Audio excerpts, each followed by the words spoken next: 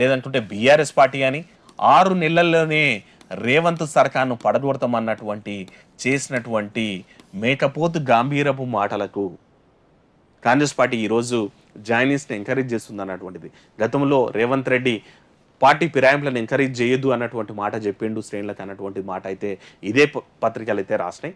కానీ ఈరోజు అవసరమైతే కల్పించినటువంటిది మాట.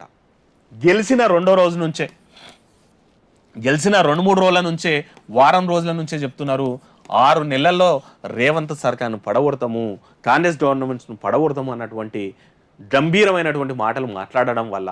ఎందుకంటే రేవంత్ రెడ్డి దగ్గర 65 మంది ఎమ్మెల్యేలే ఉన్నారు.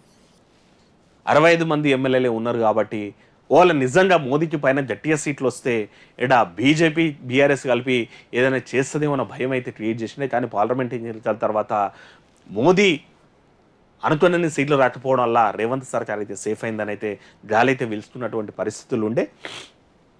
ఇక వాళ్ళు ఆ రోజు చెప్పినప్పుడు ఉంటుంది అంటే మా పార్టీని మీరు గుంజేస్తారా అని చెప్పేసి బీఆర్ఎస్ని గెలిచిన ఎమ్మెల్యేను రేవంత్ అండ్ టీం గుంజేస్తుంది అన్నటువంటిది ఇప్పుడైతే స్పష్టంగా వినిపిస్తున్నటువంటి మాట. ఒక 6 నెలలు ఓపిక